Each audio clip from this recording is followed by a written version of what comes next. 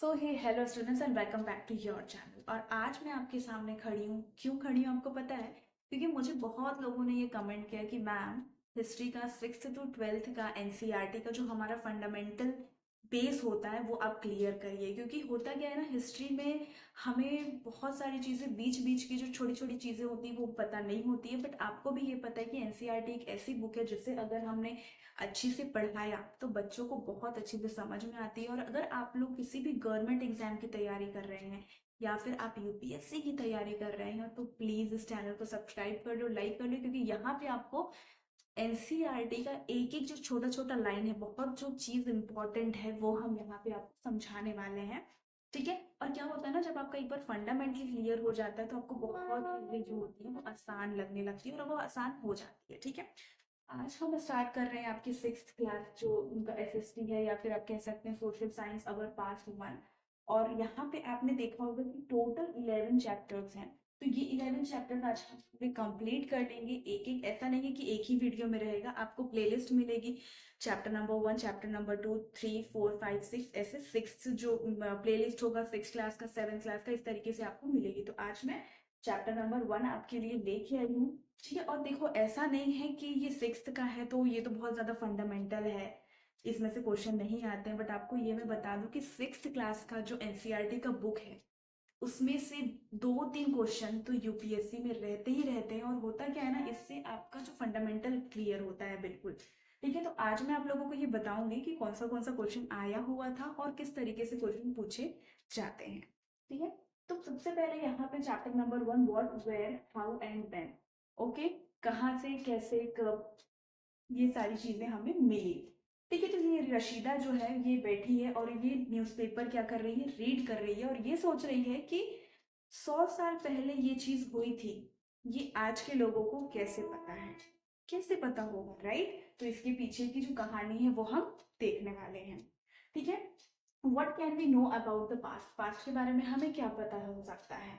ठीक है। अब पास्ट अगर मुझे पता करना है तो इस चीज से हमें और क्या क्या पता हो सकता है। व्हाट पीपल है, कि लोग क्या खाते थे, कौन से तरीके के वो कपड़े पहनते थे, कौन से तरीके के वो घर में रहते थे। अब पहले तो ऐसा नहीं था कि सीमेंट था।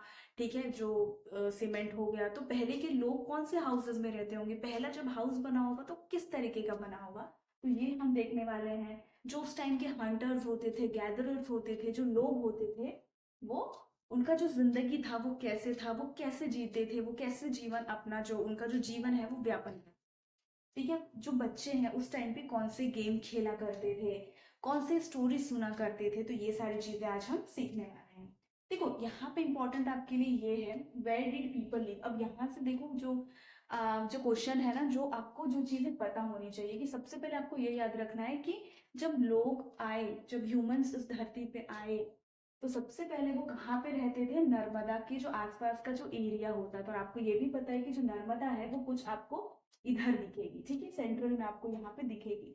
तो आपको ये पता होना चाहिए, people have lived along the bank of this river for several 100,000 years. पहले पीपल जो थे यहाँ के बैंक के जो आसपास का एरिया था वहां पे रह रहे थे। ठीक है। जो यहाँ पे अब आपको क्या होगा, यहाँ पे जब वो रह रहे थे, यहाँ पे कोई कुछ कुछ कौन से लोग रह रहे थे, स्किल्ड गैदरर्स भी रह रहे थे, that is people who gather their food. ठीक है। अभी लोग रह रहे हैं इधर उधर, तो उनको तो फूड गैदर किस तरीके से करना है इसका उनको बहुत ज्यादा, मतलब उनमें ये स्किल है। ठीक है। उस टाइम के जो लोग थे उनको ये भी पता था कि भाई मुझे कौन से प्लांट से रूट लेना है, मुझे कौन से प्लांट से फ्रूट लेना है, और कहाँ से मैं कैसे किस तरीके से फूड ले सकता हूँ। ठीक है। And they also hunted animals, भी वो क्या करते थे, हंट करते थे। अब आपको एक सेकेंड चीज ये पता होनी चाहिए कि Sulaiman and Kirti hills, Kirthar hills. ठीक है। ये जो सुलेमान आप देख रहे हो ये सुलेमान है और ये किरथर हिल्स है। ठीक है। तो आपको ये ध्यान में रखना, अगर आप एक यूपीएससी के स्टूडेंट हो तो सबसे पहले women and man first began to grow crop such as wheat and barley about 8,000 years ago are located here.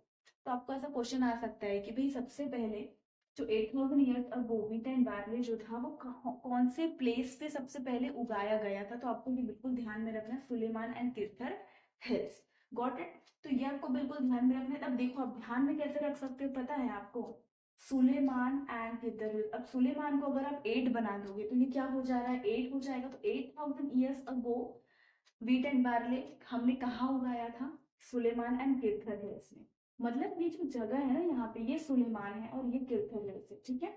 यहाँ पे क्या होता था, people also began rearing animals, वो एनिमल्स भी रेयर करते थे, like sheep, goat, cattle and lived in villages, और गाँव में ही रहते थे, ठीक है। अब आपको यहाँ पे जानना है जो गारो हिल्स। अब देखो ये जो गारो हिल्स है ये बिल्कुल नॉर्थ ईस्ट की तरफ आता है, ठीक है। तो Garo hills and north east and Vindhya जो हमारा है, विंध्या रेंज जो है वो हमारा सेंट्रल में आता है, ठीक है। तो आपको यहाँ पे क्या जानना है कि there were some of the other areas where agriculture develop. अब सबसे पहले आपको ये जानना है कि जो राइस है, जो चावल आज हम खाते हैं, वो सबसे पहले कहाँ पे उगाया गया था। तो वो उगाया गया था नॉर्थ ऑफ विंध्यास की, ठीक है। तो आज हमने दो चीज सीखी कि सुलेमान एंड कीर्ति हिल्स में 8000 ईयर्स अगो आपको क्या मिलेगा, व्हीट एंड बार्ली हमने उगाया था। गारो हिल्स, ये जो गारो हिल्स है एंड ये जो नॉर्थ ईस्ट पे है, और जो हमारा यहाँ पे विंध्या रेंज है, वहां पे हमने सबसे पहले राइस उगाया था, ठीक है। अब देखो इंडस एंड इट्स ट्रिब्यूटरीज, ठीक है। अब ट्रिब्यूटरीज क्या होती है, जो छोटी छोटी रिवर्स होती है, जो छोटी छोटी नदी होती है, ठीक है। जो क्या होती है, जो छोटी छोटी नदी होती है, फ्लो करती है, और वो कहाँ जाके मिलती है, बड़े रिवर में। तो उस चीज को हम क्या बोलते हैं, ट्रिब्यूटरीज, ठीक है। Now about 4700 years ago some of the earliest cities flourish on the bank of this river, ठीक है। तो आपको सबसे पहले अब ये जानना है जो हमारा इंडस रिवर है, ठीक है। अब इंडस रिवर आपका कहीं यहीं पे ही है, ठीक है। ये देखो गुजरात, राजस्थान, और ये इधर बाहर है। तो ये जो इंडस रिवर है, यहाँ पे 4700 ईयर्स अगो कुछ सिटीज यहाँ पे क्या हुई थी, फ्लरिश हुई थी, कुछ सिटीज यहाँ पे डेवलप हुई थी। तो अगर आपको कोई पूछेगा कि भैया सबसे पहले जो सिटीज है, ठीक है, वो कहाँ पे डेवलप हुई थी, तो 4700 ईयर्स अगो की बात अगर कर रहे हैं तो हम इंडस लिखते हैं, ठीक है।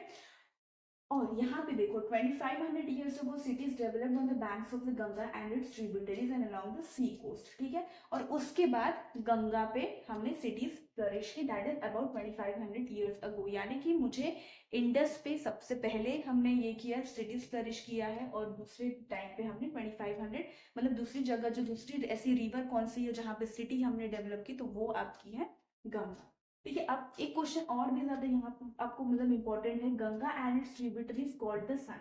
तो जो गंगा की जो ट्रिब्यूटरीज हैं, ठीक है, उनको हम क्या बोलते हैं, सन बोलते हैं, ठीक है। In ancient times the area along this rivers to the south of Ganga was known as Magadh, now lying in the state of Bihar, ठीक है। तो एक ऐसा एम्पायर था, आप कह सकते हैं ये जो मगध एम्पायर है, जो कि अभी कहाँ पे है, बिहार में है, ठीक है। उस टाइम पे ये कहाँ पे हुआ करता था, साउथ ऑफ गंगा में हुआ करता था। और जो मगध एम्पायर है वो बहुत ज्यादा पावरफुल था, ठीक है। उनके पास पैसे भी बहुत ज्यादा थे, क्योंकि उस टाइम पे मगध ये क्या हो गया था, वहां पे आयरन की खोज हो गई थी। तो ये जो आगे की चीज है, आगे की जो हिस्ट्री है, वो हम आगे देखेंगे। अभी तो आप यही जान लो कि साउथ ऑफ गंगा में कौन सा जो स्टेट, कौन सा एम्पायर था, तो वो मगध एम्पायर था, जो कि अभी बिहार में है, ठीक है। उनके आपको देखो जो रूलर्स थे वो बहुत ज्यादा क्या थे, पावरफुल थे, and set up a large kingdom. Kingdoms were set up in other parts of the country as well, ठीक है। अब लोगों का माइग्रेशन हुआ, यानी कि अब लोग क्या होता था कि अगर लोग एक ही जगह में रहेंगे तो सारा खाना खत्म हो जाएगा। तो क्या होता था, कहीं कहीं बाढ़ होती थी, कहीं कहीं कुछ होता था। तो लोग क्या करने लग गए थे, अब माइग्रेट करने लग गए थे, इधर से उधर वो जाने लग गए थे, ठीक है। Sorry. Throughout, people travel from one part of the subcontinent to another. The hills and the high mountains, including the Himalayas, deserts, rivers, and seas, made journeys dangerous at times, but never impossible. ठीक है, जब लोग इधर उधर travel करते थे तो कभी कभी क्या होता था, उनका जो जर्नी होता था बहुत ही ज्यादा क्या होता था, डेंजरस होता था, बट उन्हें ये चीज कभी भी नहीं रोकती थी, ठीक है। So men and women moved in search of livelihood as also to escape from the natural disaster like floods or droughts. कहीं कहीं क्या होता था कि फ्लड आ गया तो लोग क्या करते थे, उस जगह को छोड़ करके भाग जाते थे और दूसरी जगह सेटल हो जाते थे, ठीक है। समटाइम्स मैन मार्च इन आर्मीज कन्करिंग अदर्स लैंड्स, ठीक है। कभी कभी क्या होता था कि जो आर्मीज होती थी जो वो मार्च करती थी और वो दूसरों का लैंड क्या कर लेती थी, कैप्चर कर लेती, यानी कि कनकर कर लेती थी, ठीक है। Besides, merchants traveled with caravans or ships carrying valuable goods from from place to place, ठीक है। तो ये इतना इंपॉर्टेंट नहीं, बस इसमें यही आपको जानना है कि भाई जो चीजें मतलब अब क्या हो रहा था, लोग इधर से उधर मूव कर रहे थे, इधर उधर से जा रहे थे, और इसमें क्या हुआ बहुत इंपॉर्टेंट कि जो रिलीजियस टीचर थे वो भी क्या कर रहे थे, एक गांव से दूसरे गांव जा रहे थे, एक टाउन से दूसरे टाउन जा रहे थे, ठीक है। And stopping to offer instruction advice on the way. ठीक है, अब जाते जाते वो क्या करते थे, लोगों को एडवाइस भी देते थे। ठीक है, रिलीजियस जो टीचर्स होते थे वो एडवाइस देते थे। ठीक है, फाइनली सम पीपल जिनको एडवेंचर करना होता था वो भी इधर उधर अब घूमने लग गए थे। ठीक है, और क्या हो गया था, इससे क्या हो रहा था कि जो आइडियाज होती है वो शेयर होने लग गई थी लोगों के बीच। ठीक है, तो अब हम यहाँ पे बहुत मोस्ट इंपॉर्टेंट पढ़ने वाले हैं कि भाई इंडिया का जो नाम है वो इंडिया कैसे आया, और जो भारत हम बोलते हैं वो कैसे आया। ठीक है, तो देखो सबसे पहले two of the word we often use for our country and India and Bharat. The word India comes from the Indus called Sindhu in Sanskrit. ठीक है, तो आपको ये बिल्कुल ध्यान में रखना है कि जो ये इंडिया वर्ड है ये कहाँ से आया हुआ है, इंडस। ठीक है, और इंडस को हम संस्कृत में क्या बोलते हैं, सिंधु नदी, आपको पता होगा। ठीक है, तो सिंधु नदी को हम क्या कहते हैं, इंडस, और इसी इंडस से हमारा क्या आया हुआ है, इंडिया आया हुआ है। ठीक है अब एक और यहाँ पे आपको बात बिल्कुल ध्यान में रखनी है कि जो ईरानियंस थे, the Iranians and the Greeks came through the north west about 2500 years ago and were familiar with the Indus, called it the Hindos or the Indos, and the land to the east of the river was called India। ठीक है, अब यहाँ पे देखो जो Iranians और Greeks थे, ठीक है, ये जब यहाँ से आए, ठीक है, नॉर्थ वेस्ट से जब ये यहाँ घुस रहे थे, इंडिया में घुस रहे थे, तो जो नॉर्थ वेस्ट में जो लोग रहते थे, ठीक है, उन्होंने इनको क्या बोला, हिंडोज, HINDOS, क्या बोला, देखो हिंडोज बोला या फिर इंडोज बोला। ठीक है, और जो ईस्ट की तरफ रहते थे उनको क्या बोला उन्होंने, इंडिया बोला। ठीक है, पहले क्या होता था कि लोगों को इतना ज्यादा ये नहीं पता था कि इंडिया जो आज का जो मैप है वो पूरा इंडिया लोगों को पहले नहीं पता था। ठीक है, क्योंकि पहले क्या था कि बहुत कम टूल्स होते थे जिससे हमें पता चल पाए। ठीक है, तो लोगों ने क्या किया, इरानियंस और जो ग्रीक लोग थे उन्होंने क्या बोला, भैया इंडोज है और हिंडोज है, ये इन्होंने किसको बोला है, नॉर्थ वेस्ट को बोला है, और नॉर्थ ईस्ट को इन्होंने क्या सोचा, इंडिया है। बट उनको ये नहीं पता था कि इंडिया का मैप जो है वो पूरा इतना बड़ा है।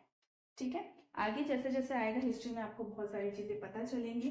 ठीक है, तो आपको याद रखना ये जो ईरानियंस हैं और ग्रीक्स थे जो कि 2500 ईयर्स अगो आए थे, वो फैमिलियर थे टू द इंडस। ठीक है, और इन्होंने इसको क्या बोला था, हिंदोज और इंडो, और जो हमारा ईस्ट साइड का जो इंडिया, ईस्ट जो एरिया था उसको उन्होंने इंडिया बोला था। ठीक है, अब देखो भारत, भारत मुझे पता है कि भारत में अभी मुझे पता है क्योंकि अभी हमारे पास मैप है कि भारत जो है वो मेरा पूरा इतना एरिया है।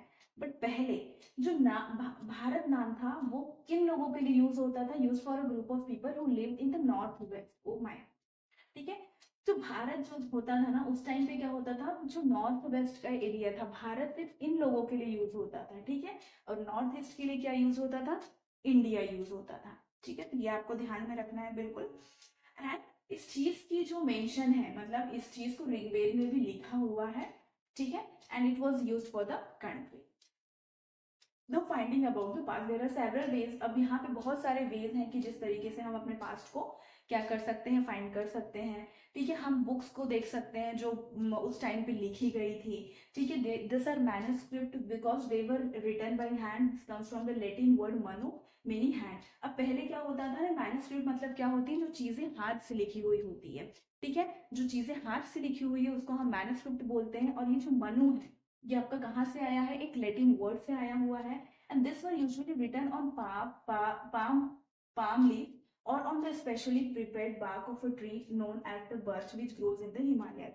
ठीक है, या तो ये किसी, अब आप कह सकते हैं कि किसी चीज के ऊपर ये लिखते थे। ठीक है, और वो चीज कौन सी होती थी, कोई लीफ होती थी। ठीक है, पाम लीफ हो सकती है, या फिर आप कह सकते हो जो बार्क होता है ऑफ अ ट्री, जिसको हम बहुत पतली सी जो चीज हम ले लेते हैं जो लकड़ी का, और उस पर हम क्या लिखते हैं, अपने हाथों से लिख देते हैं जो भी हमें लिखना होता है, और उसको हम क्या बोलते हैं, बर्च। और वो कहाँ पे ग्रो होता है, हिमालयास में।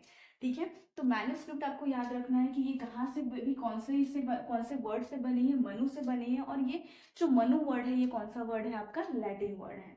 ठीक है, this were usually written on palm leaf और on the specially prepared bark of a tree known as the birch, जो कहाँ पे होता था, हिमालय में होता था। ठीक है, over the years many manuscript were eaten away by. अब कभी कभी क्या होता था कि बहुत सालों के बाद क्या हुआ, जो मैन्युस्क्रिप्ट होते थे, जो लिखे हुए वो चीजें होती थी, उनको कोई कोई इंसेक्ट्स खा जाते थे। और कभी कभी क्या होता था कि उनको जो टेम्पल में रह गए थे, जो मंदिरों में थे, वो तो प्रिजर्व थे, बट जो इधर उधर होंगे, मेरे को लगता है फिकाए हुए होंगे, तो उनको क्या होता था, इंसेक्ट जो थे वो खा जाते। ठीक है। This books dealt with all kind of subjects, religious beliefs and practices, the lives of the king, medicine and science. अब ये जो मैन्युस्क्रिप्ट हो सकता था, इसमें बहुत सारी चीजें लिखी होंगी, कोई कहीं कहीं रिलीजियस बिलीफ भी हो सकते हैं, प्रैक्टिसेस उस टाइम के क्या रूल्स थे, रेगुलेशंस थे, ठीक है, किंग्स जो थे उनकी जिंदगी कैसी थी, ये सारी चीजें उसमें हो सकती है, ठीक है।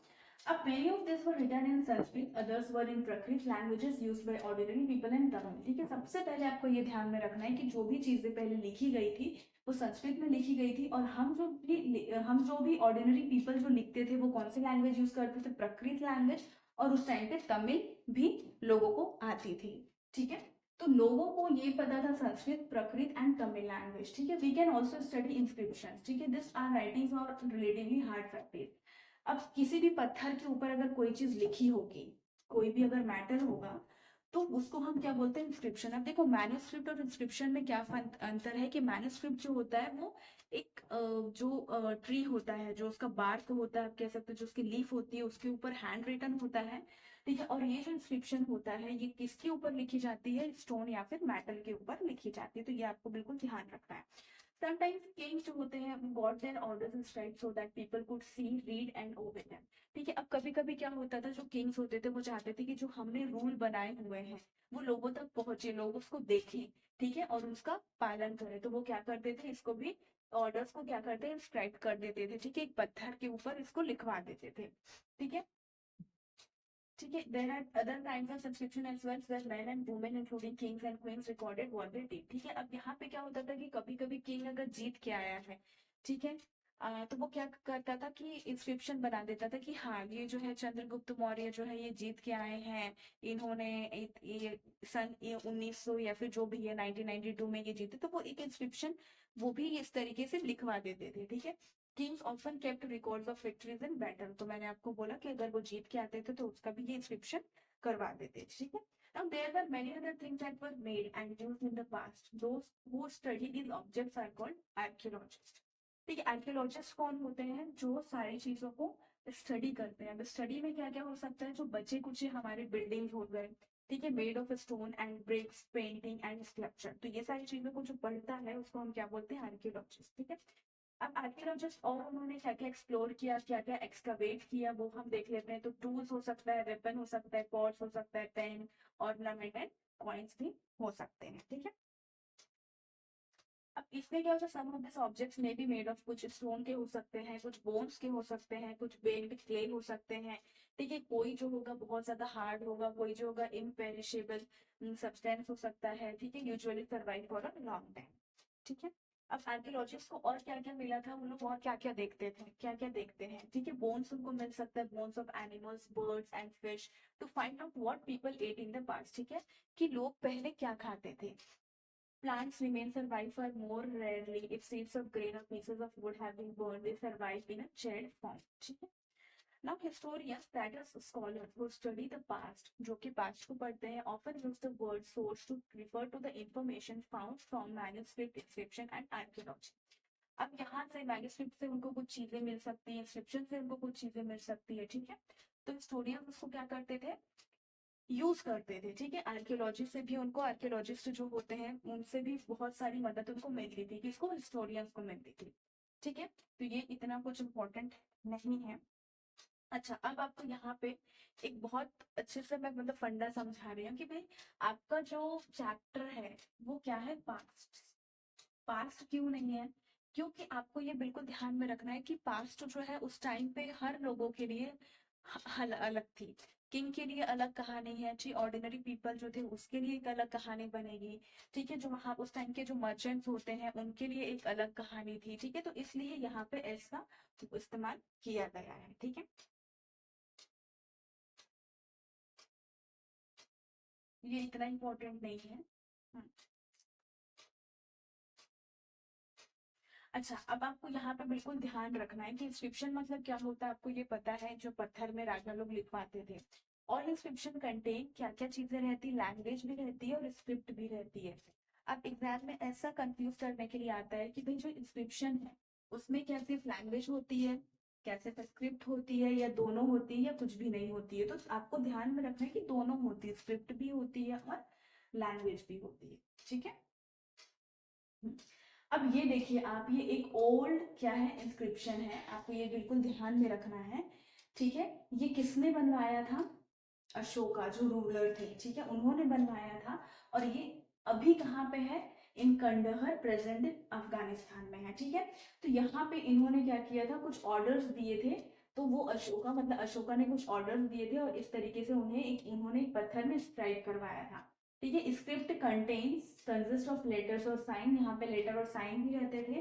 बट इसकी खास बात ये थी कि जो इसका ऊपरी भाग था, ठीक है, वो ग्रीक लैंग्वेज में लिखा हुआ था, और इसका जो बिलो का पार्ट था, आप कह सकते हो, ये लिखा हुआ था आपका अरेमिक, ठीक है, अरेमिक। तो ये इसकी खास बात है कि ये जो अशोका का जो भी इंस्क्रिप्शन था, ठीक है, ये क्या क्या था आपका, सबसे पहले तो ये कहाँ पे है? कंडहर में है, अफगानिस्तान में है। And the thing is that कि यहाँ का जो ऊपर का है वो ग्रीक है, और जो नीचे का है वो क्या है, उसको कौन सी लैंग्वेज है? अरेबिक लैंग्वेज, ठीक है। अब लैंग्वेजेस, ठीक है। अब देखो languages which were used as well as the scripts have change over time, ठीक है। अब देखो लैंग्वेजेस, लोगों की जैसे जैसे दिन बदलते गए तो लोगों की लैंग्वेजेस भी बदलती गई, अब लैंग्वेजेस बदले तो स्क्रिप्ट भी बदलते गए। अब इस पूरे प्रोसेस को हम क्या बोलते हैं? डेसिफरमेंट, ठीक है। तो ये भी क्वेश्चन आपको बहुत अच्छे तरीके से नॉलेज होना चाहिए। जो स्टूडेंट सिक्स्थ में है, या फिर आप कह सकते हो कि जो स्टूडेंट यूपीएससी या फिर कोई भी गवर्नमेंट एग्जाम की तैयारी कर रहे हैं, भी जो लैंग्वेजेस में चेंजेस आए हैं, स्क्रिप्ट में चेंजेस आए हैं, ठीक है, उसको, उस पूरे प्रोसेस को हम क्या बोलते हैं? डेसिफरमेंट, ठीक है। क्या बोलते हैं? डेसिफरमेंट। जस्ट गिव मी अ 1 minute।